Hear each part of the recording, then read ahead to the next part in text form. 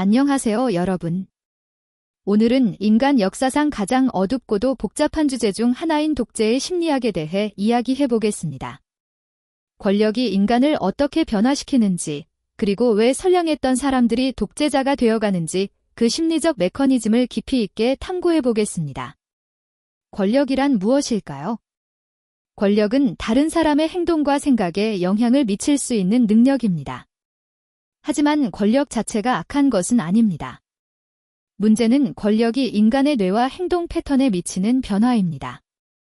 신경과학 연구에 따르면 권력을 가진 사람들의 뇌에서는 흥미로운 변화가 일어납니다. 전전두엽 피질이 활동이 감소하면서 충동 억제 능력이 약해집니다. 동시에 도파민 분비가 증가하여 더 많은 권력을 추구하게 되는 중독적 패턴이 형성됩니다. 이것이 바로 권력 패러독스의 시작입니다.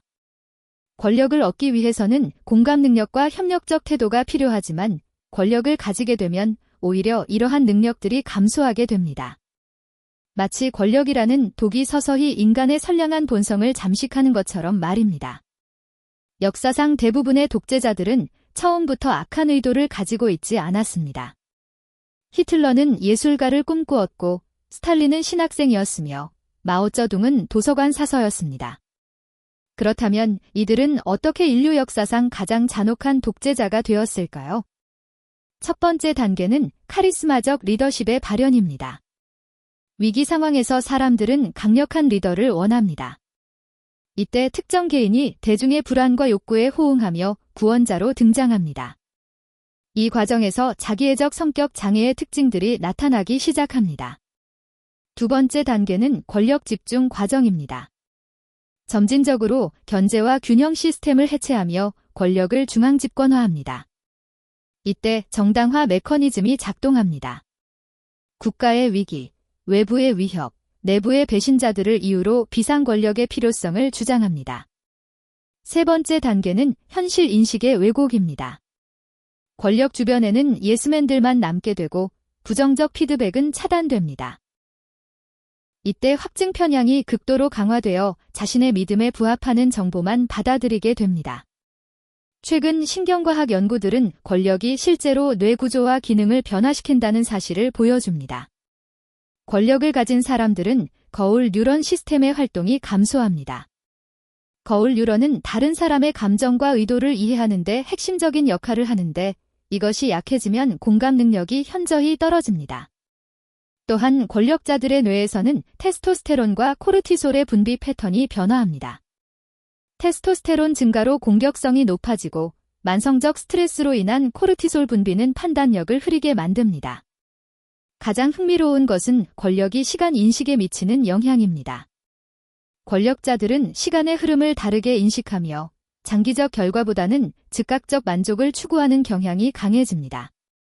이는 성급한 정책 결정과 근시안적 판단으로 이어집니다.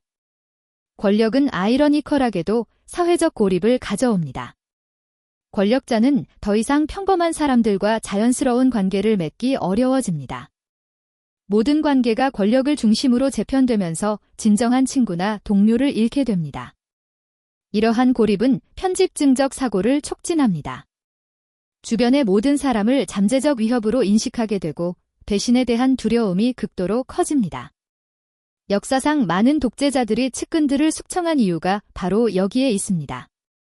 스탈린의 대숙청, 히틀러의 장검의 밤, 마오쩌둥의 문화대혁명 모두 이러한 편집증적 사고의 산물입니다. 권력을 지키기 위해 권력을 남용하는 악순환이 시작되는 것입니다. 독재는 혼자서는 불가능합니다. 수많은 사람들의 복종과 협력이 필요합니다. 그렇다면 왜 사람들은 독재자에게 복종할까요? 첫째, 권위에 대한 복종은 인간의 기본적 심리 성향입니다. 밀그램의 복종 실험에서 보듯이 사람들은 권위자의 명령에 놀라울 정도로 순종합니다. 특히 책임이 분산되고 점진적으로 요구가 증가할 때 더욱 그렇습니다. 둘째, 집단 정체성과 소속감의 욕구가 작용합니다. 독재 체제는 강력한 우리의식을 조성하고 외부의 적을 설정하여 내부 결속을 강화합니다. 이 과정에서 개인의 도덕적 판단은 집단의 논리에 압도됩니다. 셋째, 인지적 부조화를 해결하려는 심리가 작동합니다.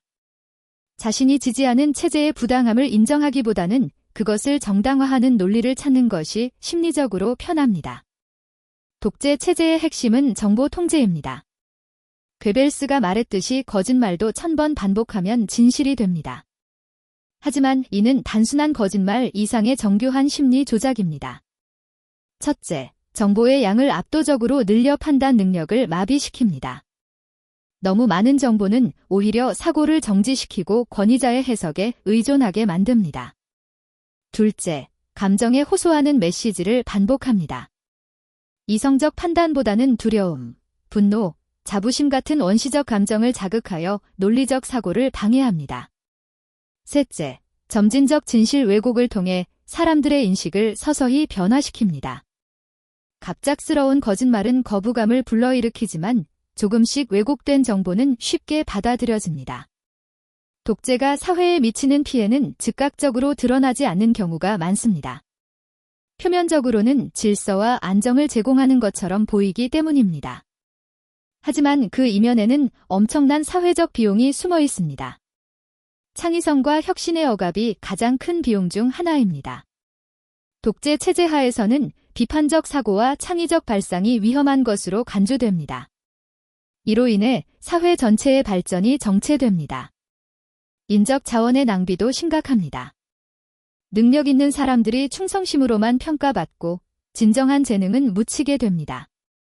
또한 감시와 통제에 투입되는 인력과 자원은 생산적 활동에서 제외됩니다. 무엇보다 도덕적 타락이 사회 전반에 확산됩니다. 거짓말과 배신이 생존수단이 되고 신뢰라는 사회의 기초가 무너집니다. 이러한 도덕적 상처는 독재가 끝난 후에도 오랫동안 사회를 괴롭힙니다. 역사를 보면 모든 독재는 결국 끝이 납니다. 권력이 아무리 강해 보여도 인간의 기본적 욕구와 존엄성을 완전히 억압할 수는 없기 때문입니다. 독재의 종말은 보통 경제적 실패에서 시작됩니다. 효율성과 혁신이 억압된 사회는 결국 경쟁력을 잃게 됩니다. 소련의 붕괴가 대표적인 예입니다. 정보 통제의 한계도 중요한 요인입니다. 현대 사회에서는 정보의 완전한 차단이 거의 불가능합니다. 진실은 결국 드러나게 되고 이는 체제의 정당성에 치명적 타격을 줍니다. 무엇보다 세대 교체가 가장 강력한 변화의 동력입니다. 독재 체제 하에서 자란 세대라도 언젠가는 자유와 존엄성에 대한 갈망을 품게 됩니다. 이러한 내재적 모순이 결국 체제 변화를 이끕니다. 독재의 심리학을 이해하면 민주주의의 소중함도 더 깊이 깨닫게 됩니다. 민주주의는 단순한 정치 제도가 아니라 인간 심리의 약점을 견제하는 정교한 시스템입니다. 권력 분산은 한 개인에게 과도한 권력이 집중되는 것을 방지합니다. 견제와 균형 시스템은 권력의 남용을 제도적으로 차단합니다. 정기적인 선거는 권력자들이 대중과의 연결을 잃지 않도록 강제합니다. 언론의 자유는 정보의 다양성을 보장하고 권력 감시 기능을 수행합니다.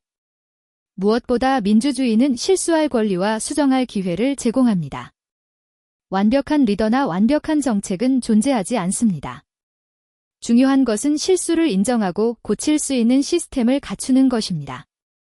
21세기의 독재는 과거와 다른 모습을 보입니다. 노골적인 억압보다는 정교한 조작과 통제에 의존합니다. 빅데이터와 인공지능을 활용한 감시 시스템은 과거 독재자들이 꿈꿨던 완전 통제에 한 걸음 더 다가서게 했습니다. 소셜미디어는 양날의 검입니다. 한편으로는 민주화 운동의 도구가 되지만 다른 한편으로는 가짜 뉴스 확산과 여론 조작의 수단이 되기도 합니다. 개인정보의 수집과 분석을 통해 맞춤형 선전이 가능해졌습니다. 경제적 번영을 통한 정치적 통제도 새로운 패턴입니다. 물질적 풍요를 제공하는 대신 정치적 자유를 제한하는 방식으로 대중의 지지를 얻으려 합니다. 그렇다면 우리는 독재의 유혹과 위험으로부터 어떻게 자신과 사회를 보호할 수 있을까요? 첫째, 비판적 사고 능력을 기르는 것이 중요합니다. 정보를 무비판적으로 받아들이지 말고 항상 다양한 관점에서 검토해야 합니다. 특히 감정에 호소하는 메시지일수록 더욱 신중하게 판단해야 합니다. 둘째, 권위에 대한 건전한 회의를 유지해야 합니다. 권위자의 말이라고 해서 무조건 옳은 것은 아닙니다. 질문하고 토론하는 문화를 만들어 나가야 합니다. 셋째, 다양성과 관용의 가치를 실천해야 합니다. 독재는 획일성과 배타성에서 자랍니다. 다른 의견을 존중하고 소수의 목소리에 귀 기울이는 태도가 민주주의의 기초입니다. 넷째, 정치적 참여를 게을리하지 말아야 합니다. 무관심은 독재자들이 가장 좋아하는 대중의 태도입니다. 선거 참여, 시민단체 활동, 공공토론 참가 등 다양한 형태의 참여가 필요합니다. 권력이 인간을 바꾸는 것은 피할 수 없는 현실입니다.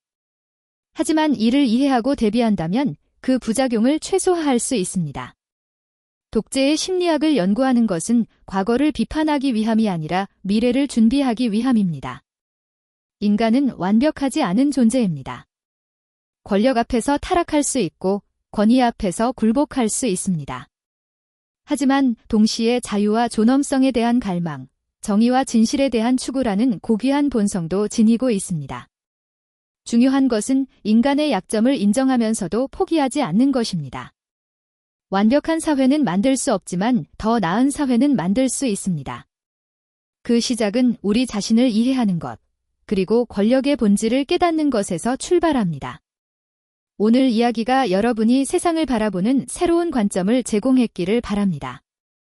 우리 모두가 깨어있는 시민으로서 민주주의를 지켜나갈 때 독재의 어둠은 결코 우리를 삼킬 수 없을 것입니다.